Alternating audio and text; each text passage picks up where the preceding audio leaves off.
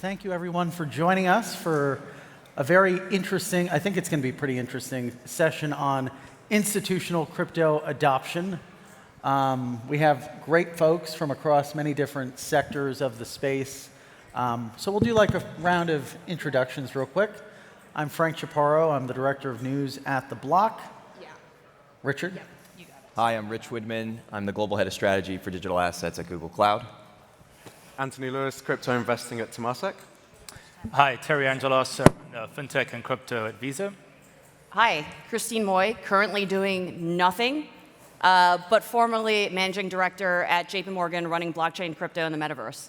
And maybe we'll break where she's going or what she's doing next, perhaps. No, we're not going to do that. Well, can we get her a job? Is Can anybody hiring hire her? Well, Who's hiring? Well, Who's hiring? I'm Holler sure we at can me. get you Holler at me. somebody to.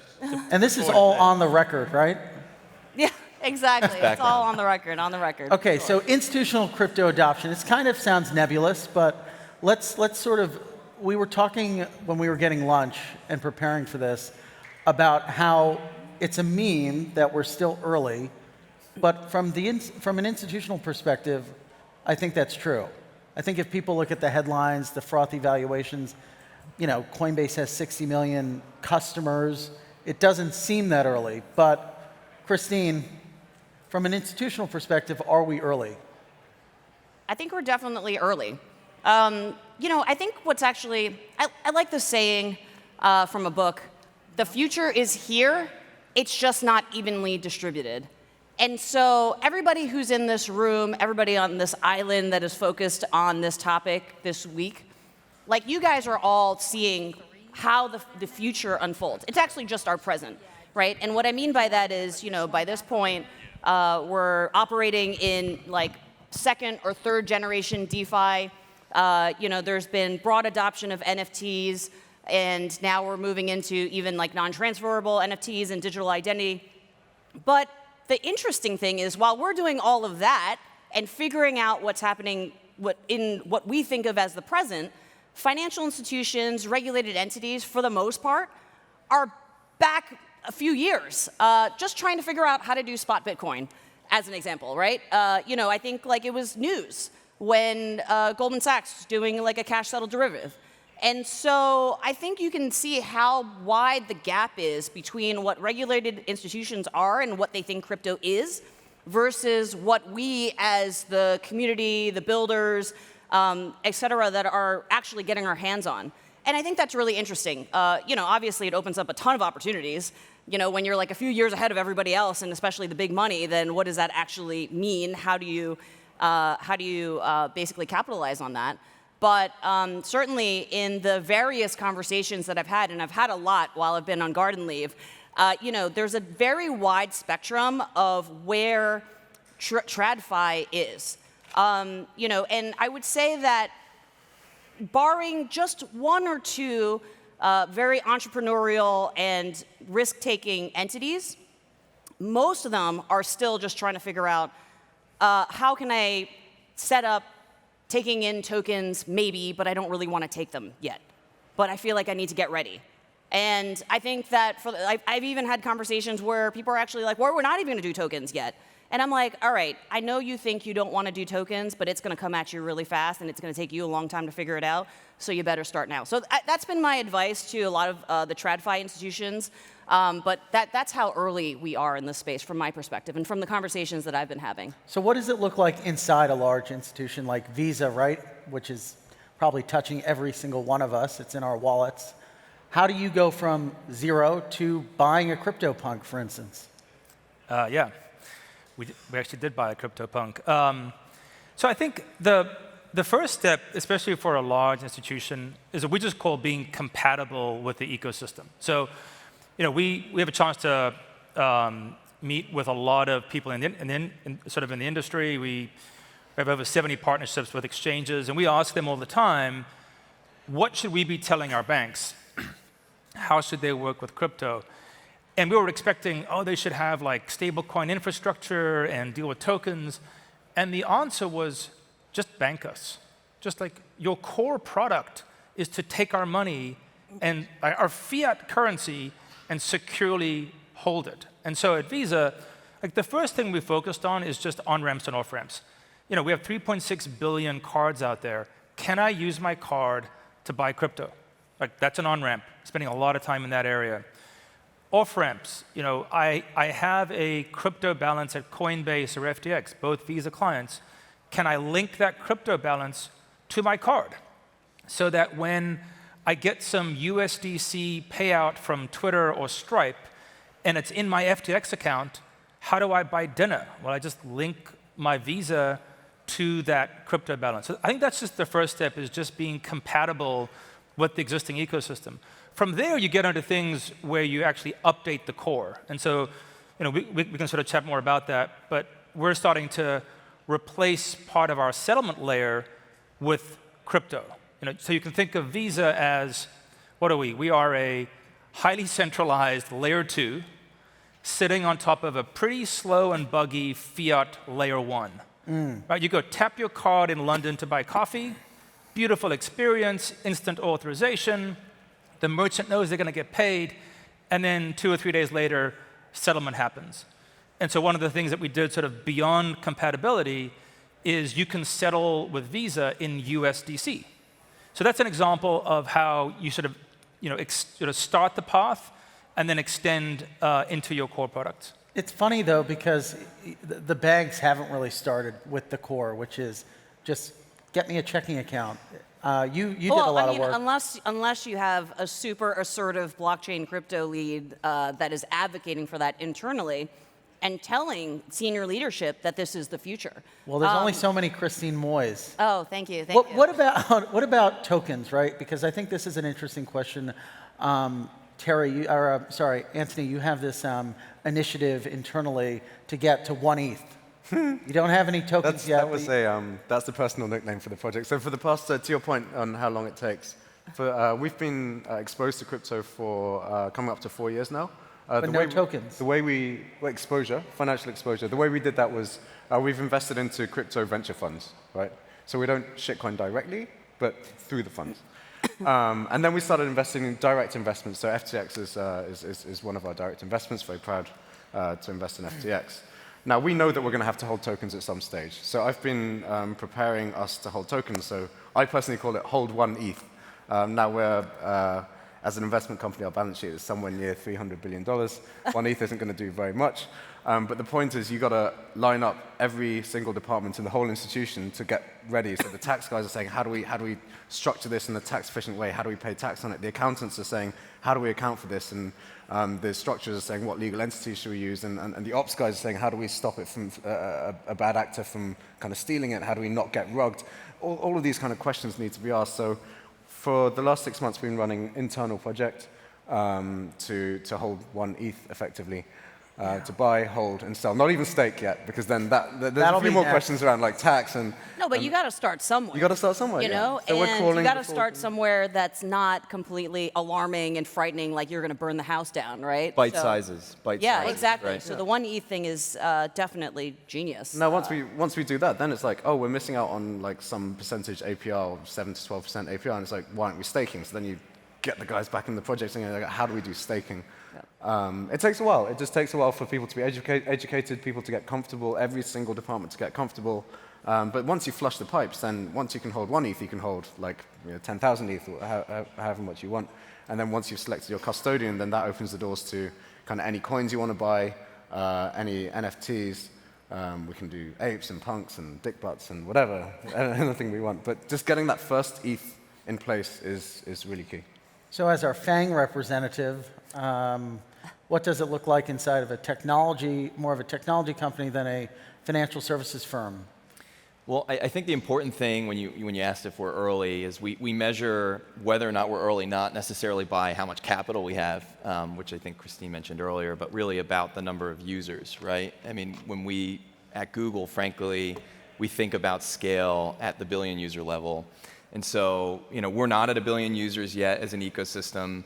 Our goal is to really set the ecosystem up to get to 1 billion users, and I think we have some time until we get to that point. So once we start seeing the kind of usability and adoption that you find across properties like YouTube, where anyone can go on and access, whatever it is, then I think we're getting to a point where you have mass adoption, and then maybe we can say we're not early anymore. I think that there's also an immense amount of what other companies in FAANG can do to partner with JP Morgan or the Temaseks or the Visas, because sometimes there are technology problems, but those can be mutualized. Like the things that you guys do well, I'm sure JPM might not do so well, and you can partner and vice versa.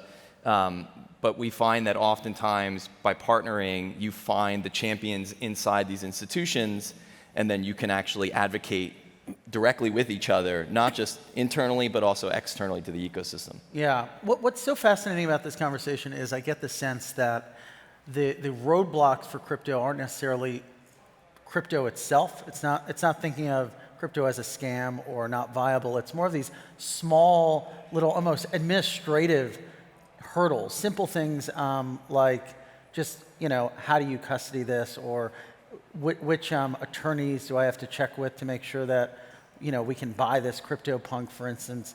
And if you don't have the right people really pushing and advocating for it, it won't happen. But it's not because people don't like crypto internally. It's just a huge lift. Actually, from my experience, the first call I had, so we put together a project team, we had like representatives from each department. The first call I had, someone did pipe up and say, why are we doing this? Isn't this all a pyramid scheme?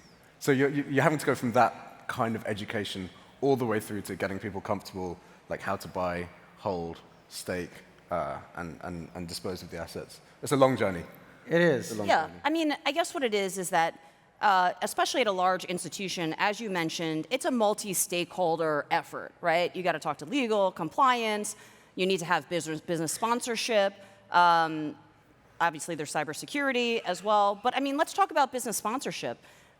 Short of 18 to 24 months ago, crypto was quite small and early and experimental. It remains so. I mean, now it's just bigger than people expected at 2 trillion, top market cap. But, if you're talking about scaled financial institutions, big money Wall Street, it's still pretty tiny. Very tiny. Right. So then if you think about what is the risk profile plus people effort, and there's the reputational risk part of the risk profile, compared to what is the business case? Like, how much money am I going to make from this?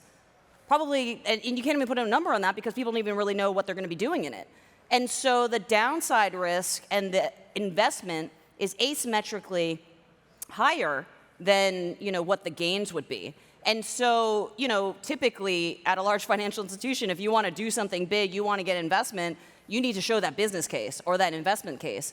And, I think now it's clear that the crypto economy is here to stay. So regardless, even if you don't have a business case, like people getting ready and like focusing on it, but this was not the case 18 months ago, 24 months ago at all. So how did you make the case for JP Morgan to bank Coinbase? Yeah. Okay, so little known story is that back in 2017, 18, during felt like the middle of crypto winter, it was really important to me to advocate to senior leadership that we should bank crypto exchanges, regulated crypto exchanges. I remember distinctly being in a meeting with my boss, and he was like, okay, so tell me about the near-term opportunities in enterprise blockchain. And at that point, enterprise blockchain was still a couple of years away, a lot of work to do.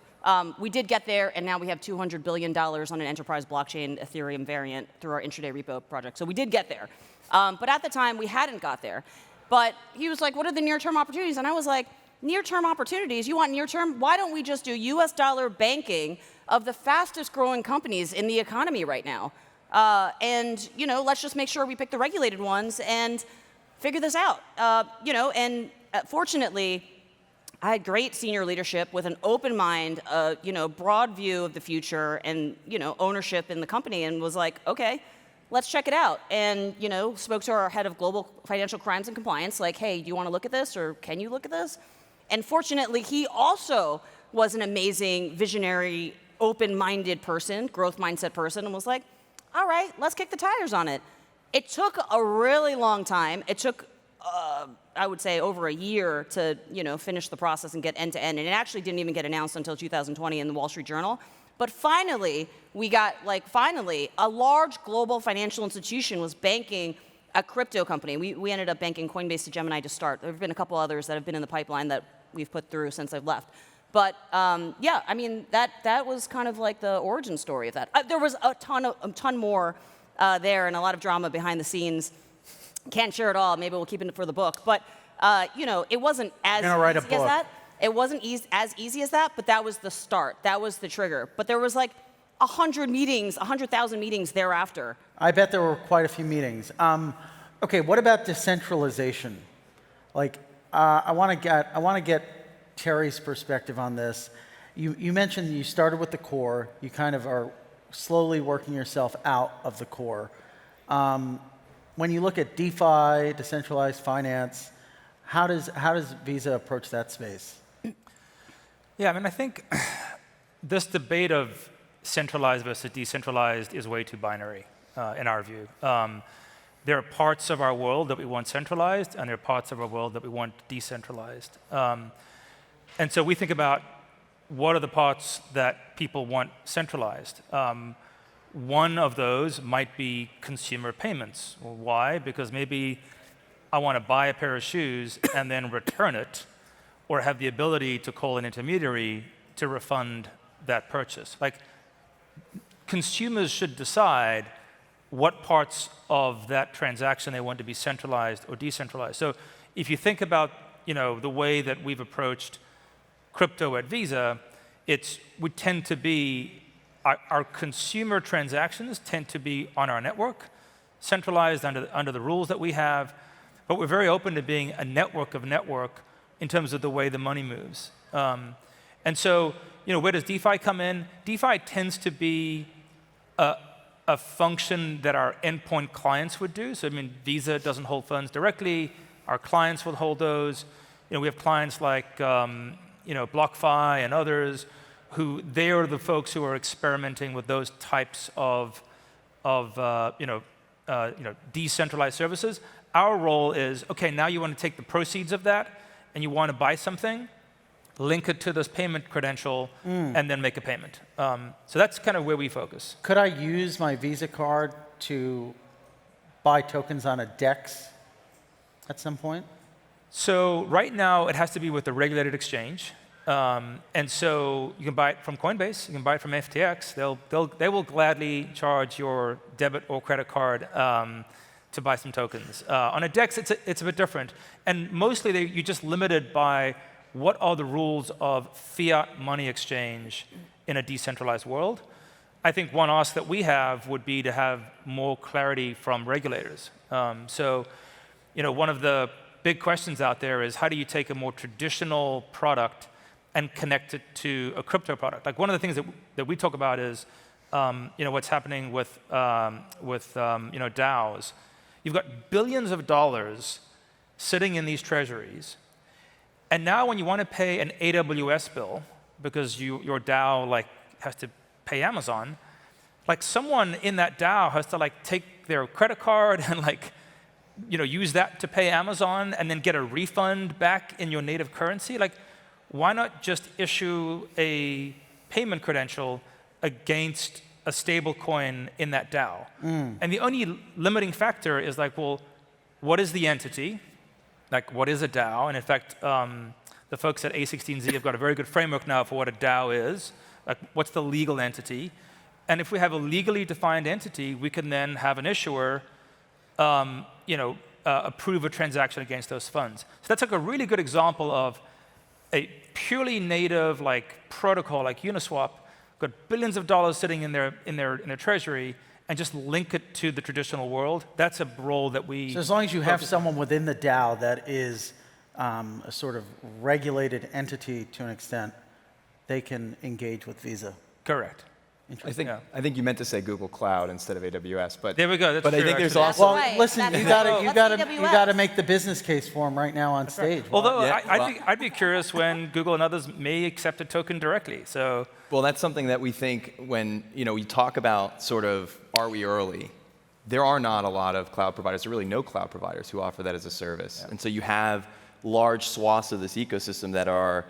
By and large, for traditional service providers, not just banks, not just credit card providers, not just technology service providers, who are kind of in this shadow zone. They can't really do business at scale the same way a traditional enterprise would. So a big part of what our goals are at Google is really to find where those barriers are. Sometimes they're technological, right? Sometimes they're policy. And we want to pull those down for those clients. So I think if you talk about like servicing DAOs, that's something that we've been doing. We sit on a governing council, and we have since I think 2018. And a big part of that process was to learn what does it take for a company to go from 0 to 1 in crypto with all of the window dressings that you would need to run a billion-dollar enterprise. Everyone knows you've got procurement, you've got legal, compliance. And in order for those things to function in crypto and Web3, you need to have these on-ramps and off-ramps so that if you're capitalized in USDC, it doesn't prejudice your ability to get access to the same services as if you were capitalized in fiat or US dollars. There's a lot of companies that are billing themselves as the AWS of crypto or the Google Cloud of crypto. I mean, are you going to let them beat you? Yeah, so I love that line because if anyone is going to be the Google of Web3 and crypto, it's Google, right? Like, let's just be super clear about that. I think people would disagree with you, though. Yeah, well, they can, but we're talking about Google.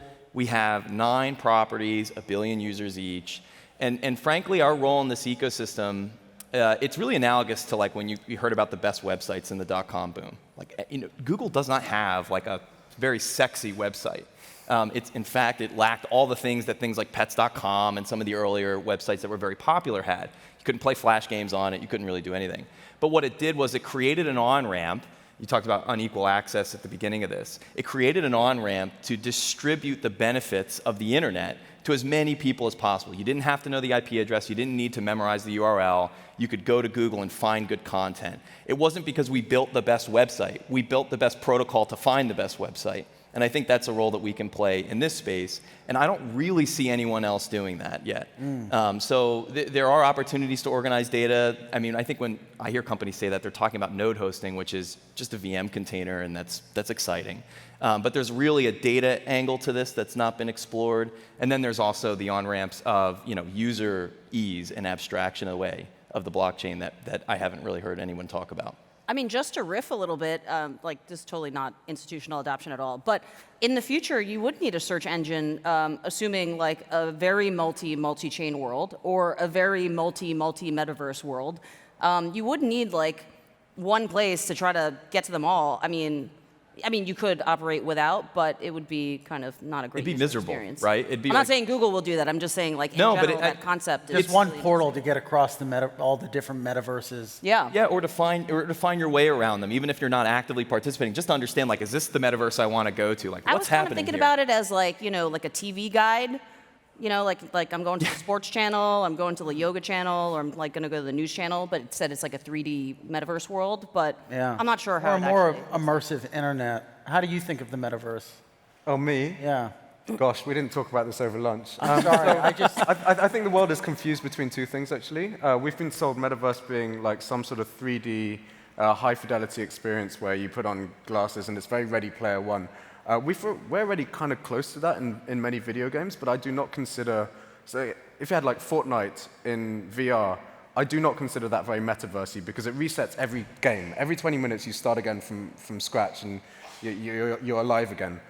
I think that the most important thing in metaverse is permanence.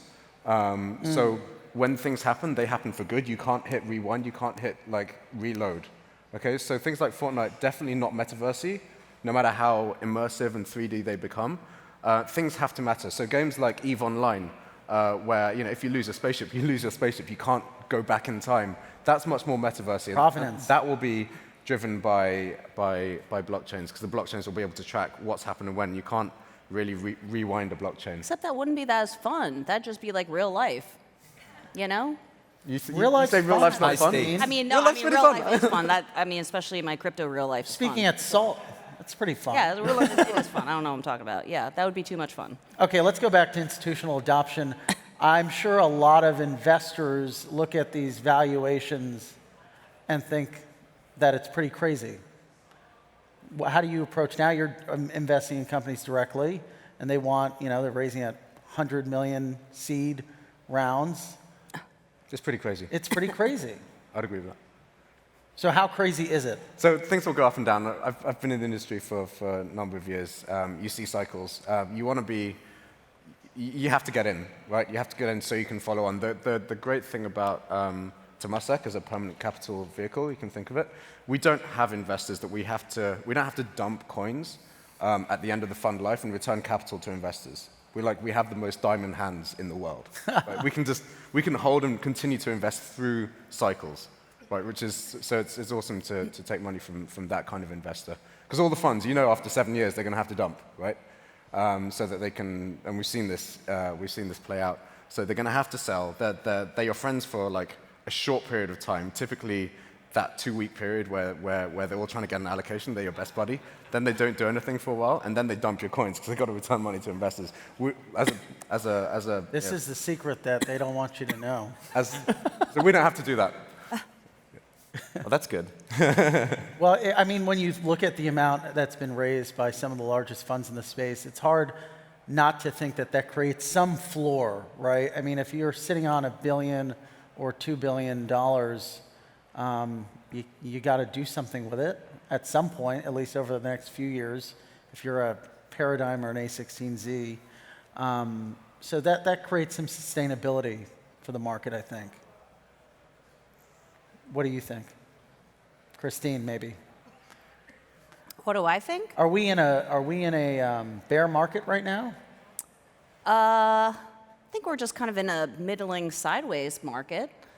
But, I mean, listen, crypto winters are not bad. I mean, they are bad, but they're not that bad. And what I mean by that is they're survivable, right? So a lot of new people in the space have not experienced a crypto winter. Guess what?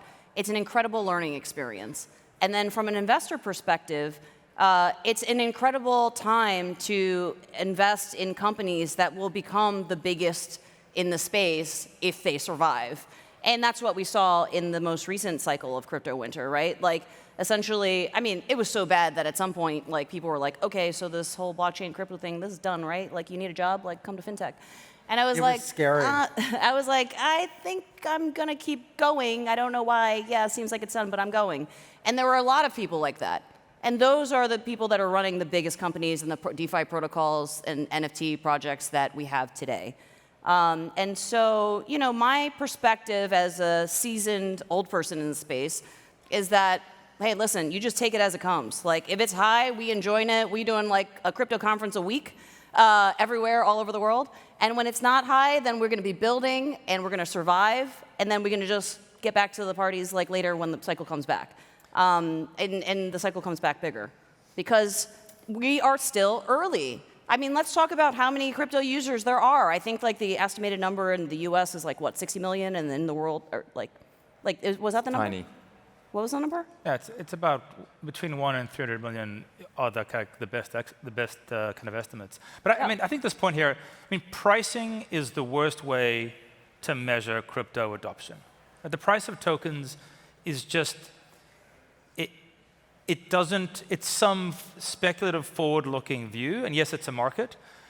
I think the way that we look at crypto adoption is around usage. Actually, Electric Capital, which is a VC firm focused in the crypto space, produces a report every year, and they track the number of monthly active developers who are building in Web3. And they take like a look at like public GitHub check-ins in that category. It's a subset of people working on crypto. And they just kind of track that. And I think in December of last year, it was like 19,000 individuals who are actively working on Web3. If that number keeps going up, we will have an incredible world built on crypto. Sure. If that number goes down, that's time to worry. And if you go back to the 19,000, if you go back to like the iPhone, you're looking at, I don't know, maybe 2009 or 10 when you had like 20,000 people working on iPhone apps. At that point, the apps we were looking at were like flatulence apps. Like, have you seen what my phone can do? Like, let me show you. And it was terrible. Like, there was no Chase banking app, right? There was no Coinbase. There was no Uber. There was no Lyft. So, like, I think a much clearer, and I like the sort of permanent capital view of where we are, is how many smart people in the world are building on Web3. Keep tracking that. That could change. That could go down. We could lose talent. But if it continues, it's a pretty good bet that we're going to go from the flatulence apps to Uber. You got to follow the nerd heat. There's a lot of nerd heat over here, like for sure. Yeah. But yeah, that's kind of what I like to tell people to watch for. I wonder if yield farming's our flatulence app, perhaps. You know, you only know in hindsight. But you can come back and tell us. I'll let you guys know when I write the book. Okay, so price surely, though, has an impact. Like, let's say Bitcoin draws down 50%. That's going to probably kill a few crypto projects in Visa. Well, it kills the developers, right? Because the developers are coming for monetization, for network effects, and if you don't have that kind of activity, then it ends up not making financial sense, right? I think the economics on the iPhone were unclear. I think if you really believe in crypto and crypto as a movement, you have very motivated people who are trying to build things for the love of building, for the love of changing the world. So yes, the prices will drive away a lot of people, but it may not drive away the most important people. And if those people keep building, I think it'll be interesting. If they don't, and they may not, like no one really knows, but if they start to, focus elsewhere, then I think we'll have a different ecosystem. But actually, just to touch a little bit on the talent point, in a down cycle, that's actually the best time for TradFi to hire.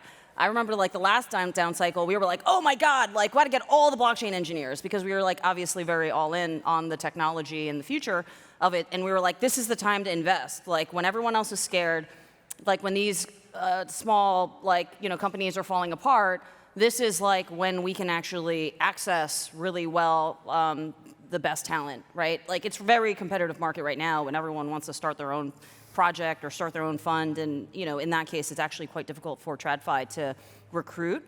But it's actually in those down cycles that's like time to buy. Pretty clear exodus from TradFi. Well documented. Not necessarily, but I disagree. I think that it's happening, but you guys are in a different seat because your staff can kind of do some side crypto stuff, whereas that wouldn't be kosher at a bank. Well, yeah, and I don't know how much of it is kosher at Google, frankly, but I do think that we are basically have 140,000 people. We're an engineering company at heart, so when you talk about the developers, that's most of what makes up Google.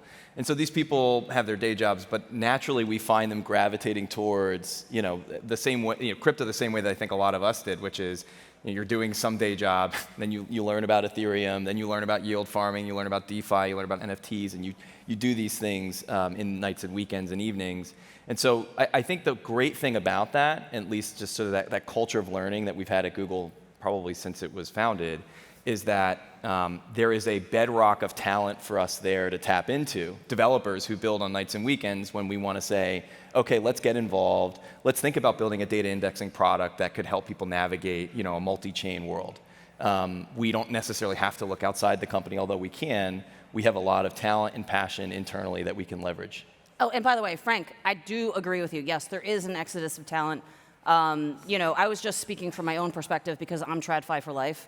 Got it. So I was just like, that's not true. We ain't all leaving because I'm not leaving TradFi. Yeah, I mean, there's Scoop. a lot of people too. But it is, sorry to interrupt, but it is like a huge imperative. Like one of the most important things that I left the bank with was to, make sure that everyone knew if you're young, talented, ambitious, and smart, you can see the opportunity ahead in Web3 and crypto. And if you're a TradFi financial institution that is not getting hands-on with it, then it's going to be very difficult to retain talent because people, ultimately, especially young people, want to learn. They want to learn in their jobs. The reason why I stayed at JP Morgan for 18 years was because every job that I had, I learned so much more than the last job. And so when you're able to offer that, people will stay. But, if... You have to offer that. Yeah, but if you're on the sidelines, it's going to be difficult. Well, we're at time. I don't know if I should have left time for audience questions, but I didn't, so I'm sorry. Thank you all for joining us. Appreciate it.